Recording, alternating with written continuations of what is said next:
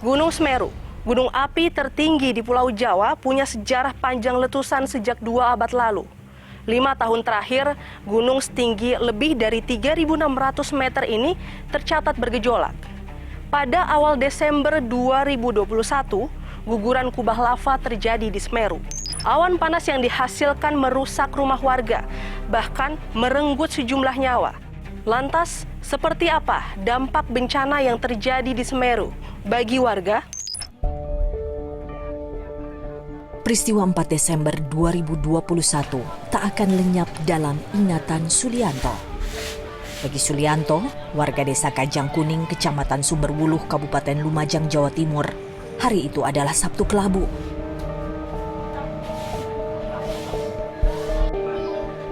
Bencana yang terjadi di Gunung Semeru memaksa Sulianto bersama istri dan sang anak hidup sebagai pengungsi di posko pengungsian Desa Penanggal, Candipuro.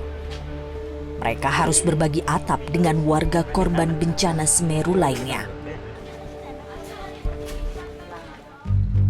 Hari-harinya berubah drastis.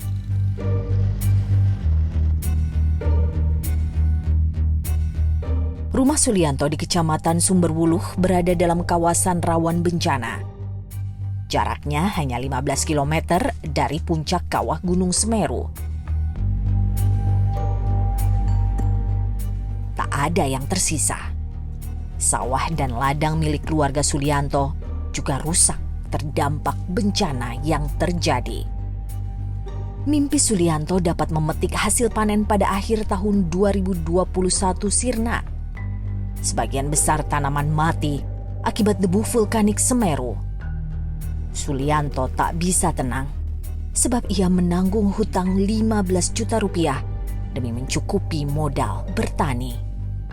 Kedepannya kami juga bingung harus bagaimana, harus memulai usaha dari mana dulu. Itu yang jadi beban pikiran kami.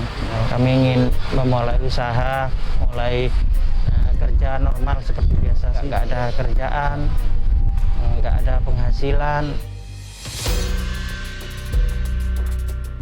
Hidup di pengungsian tak mudah bagi orang dewasa, apalagi anak-anak. Halila, putri Sulianto yang berusia 6 tahun, sempat enggan keluar dari tenda pengungsian.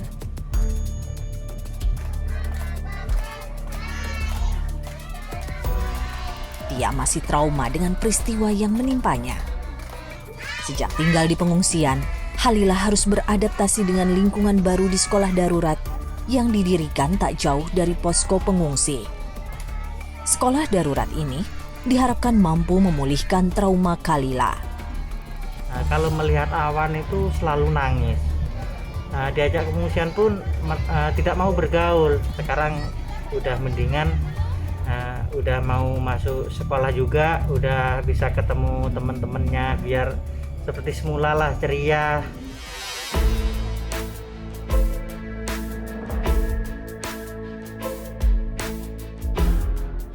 Bencana guguran kubah lava di Semeru membuat lebih dari 7.000 warga mengungsi. Bencana ini menelan lebih dari 50 korban jiwa, sejumlah korban luka berat, dan merusak lebih dari 1.000 rumah.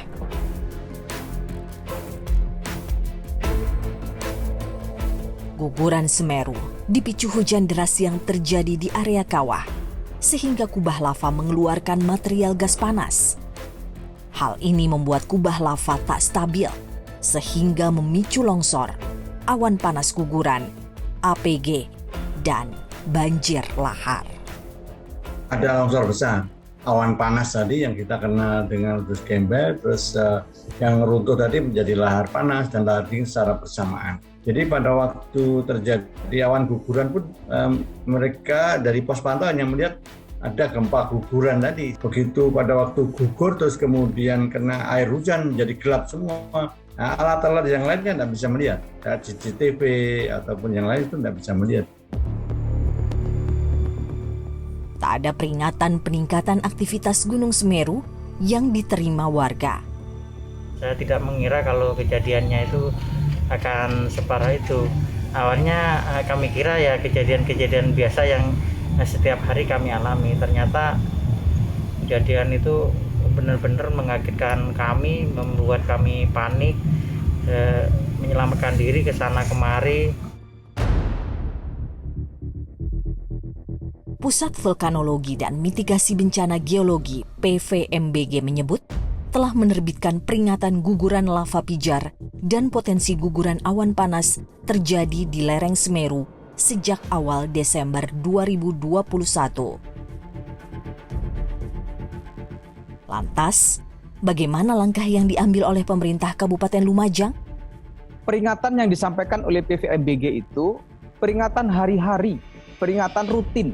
Tapi bahwa untuk detailing terkait dengan potensi ada guguran awan panas. Kemudian bagaimana sih keadaannya sesungguhnya di lava Semeru? Berapa volume material yang masih menggantung di bibir kawah Semeru? Dan dijelaskan kepada kita sampai kepada potensinya apa kepada kita. PVMBG mengungkap Pemda seharusnya dapat mengantisipasi berdasarkan data yang telah disebar. Perintah evakuasi bukan bagian dari kewenangan PVMBG. Yang kita ketahui adalah adanya potensi awan panas guguran dan juga adanya potensi lahar. Namun seberapa besar awan panas guguran akan terjadi dan kapan akan terjadi, itu memang belum bisa ditentukan. Bahkan di dunia pun juga belum sama.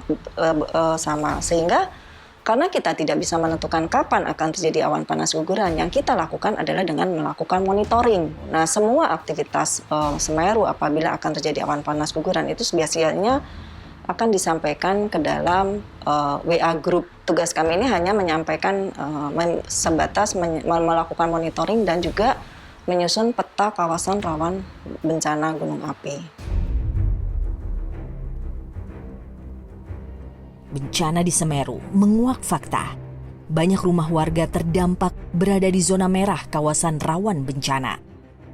Lalu bagaimana mitigasi bencana seharusnya bisa berjalan?